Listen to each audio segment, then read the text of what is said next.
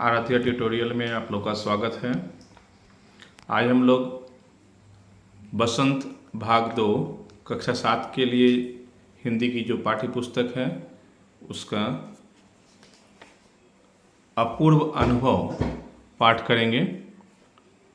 अपूर्व अनुभव जापानी भाषा में लिखी गई है। यहाँ पर दो दोस्तों तोत्तो-चान और यासुकी-चान की मित्रता और उनके पेड़ पर चढ़ते हुए जो संघर्ष उन्होंने किया है उसका बहुत ही सुंदर चित्रण किया गया है। जापान में तोमोए नाम का एक शहर है। जापान में तोमोए नाम का एक शहर है जहाँ पर हर एक बच्चा बाग के एक एक पेड़ को अपने खुद के चढ़ने का पेड़ मानता था। तोत्तो-चान का वहाँ पर अपना एक पेड़ था, किंतु यासुकी-चान जो कि पोलियोग्रस्त था उसका कोई पेड़ नहीं था, वो पोलियोग्रस्त था, आप देख पा रहे हैं। तो तोत्तो-चान चाहती थी कि वो यासुकी-चान को पेड़ पर चढ़ाए और उसके अनुभव को वो दुनिया को बताए, उसे उस अनुभव को बताने के लिए वह उस अनुभव को ग्रहण करने के लिए वह एक दूसरे की मदद करते हैं और पेड़ पर चढ़ते हैं। पहले तो वो सफल नहीं होते हैं, फिर जो है देख पा रहे हैं आप कि किस तरह से अथक प्रयास करते हुए पसीने से तरबतर होते हुए बीच बीच में बादलों के द्वारा उन्हें छांव भी मिलती है। प्रकृति भी चाहती है कि वे दोनों पेड़ पर चढ़े और अंत में दोनों सफल भी होते हैं। इसको आप पढ़ें बहुत अच्छी तरह से। अब हम लोग इसका प्रश्न उत्तर करेंगे। पहला प्रश्न है, यासुकी-चान को अपने पेड़ पर चढ़ाने के लिए तोत्तो-चान ने अथक प्रयास क्यों किया, लिखिए। तो इसका उत्तर है, यासुकी-चान तोत्तो-चान का प्रिय मित्र था। उसे पोलियो था, इसलिए वह न तो किसी पेड़ पर चढ़ पाता था और न किसी पेड़ को निजी संपत्ति मानता था। जबकि जापान के शहर तोमोए में हर बच्चे का अपना एक पेड़ था। तोत्तो-चान जानती थी कि यासुकी-चान एक आम बालक की तरह पेड़ पर चढ़ने के लिए इच्छुक है, अतः उसकी इसी इच्छा को पूरा करने के लिए तोत्तो-चान ने यासुकी-चान को पेड़ पर चढ़ाने के लिए अथक प्रयास किया।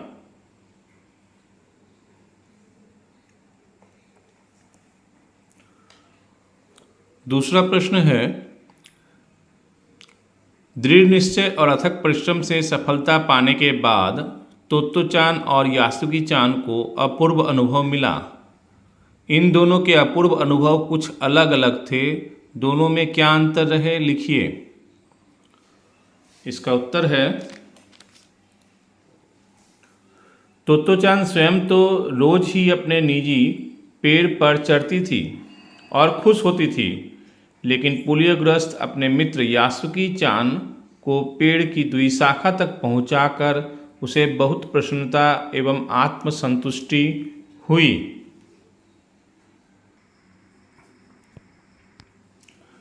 यासुकी-चान को पेड़ पर चढ़कर अपूर्व खुशी मिली। उसकी मन की इच्छा पूरी हो गई। पेड़ पर चढ़कर उसने दुनिया की नई झलक देखी। तीसरा प्रश्न है, पाठ में खोजकर देखिए कब सूरज का ताप यासुकी-चान और तोत्तो-चान पर पड़ रहा था। वे दोनों पसीने से तरबतर हो रहे थे और कब बादल का एक टुकड़ा उन्हें छाया देकर कड़कती धूप से बचाने लगा था। आपके अनुसार इस प्रकार परिस्थिति के बदलने का कारण क्या हो सकता है?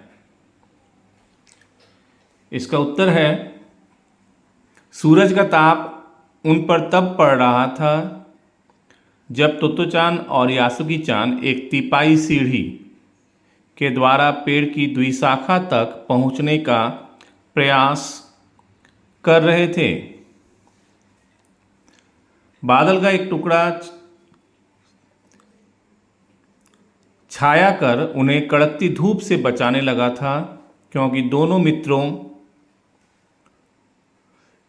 की मेहनत को देखकर प्रकृति को भी उन पर दया आ गई थी। प्रकृति भी चाहती थी कि दोनों मित्र अपने अपने प्रयास में सफल हो। अगला प्रश्न है,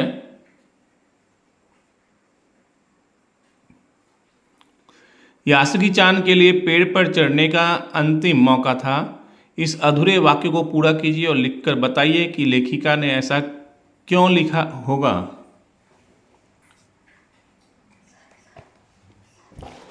इसका उत्तर है, यासुकी चान के लिए पेड़ पर चढ़ने का यह पहला और अंतिम मौका था। लेखिका ने ऐसा इसलिए लिखा होगा क्योंकि यासुकी चान पोलियोग्रस्त था तथा वह अकेले पेड़ पर चढ़ने में असमर्थ था। इतना ही नहीं, वे दोनों अपने माता पिता को बिना बताए बहुत जोखिम उठाकर पेड़ पर चढ़े थे। आशा करता हूँ आपको प्रश्न उत्तर समझ में आया होगा। चैनल को सब्सक्राइब नहीं किया है तो जल्द से जल्द चैनल को सब्सक्राइब कर लें और वीडियो को शेयर और लाइक करना ना भूलें। धन्यवाद।